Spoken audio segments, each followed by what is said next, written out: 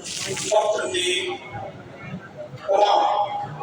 پچھلے کام سے اور آئندہ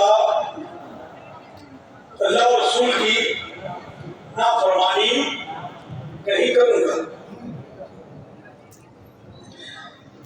امید ہوتا ہوں میں آپ کا اور آپ کے ذریعے سرکار بغداد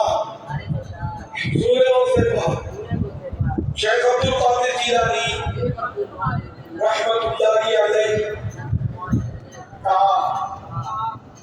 پہلا پاک مجھے جناب غوث اعظم کے غلاموں میں قبول فرما اور کل قیامت غوث پاک کے غلاموں میں اٹھا۔ صلاۃ والسلام علیک یا نبی اللہ وعلی آلک و اصحابک یا نور اللہ۔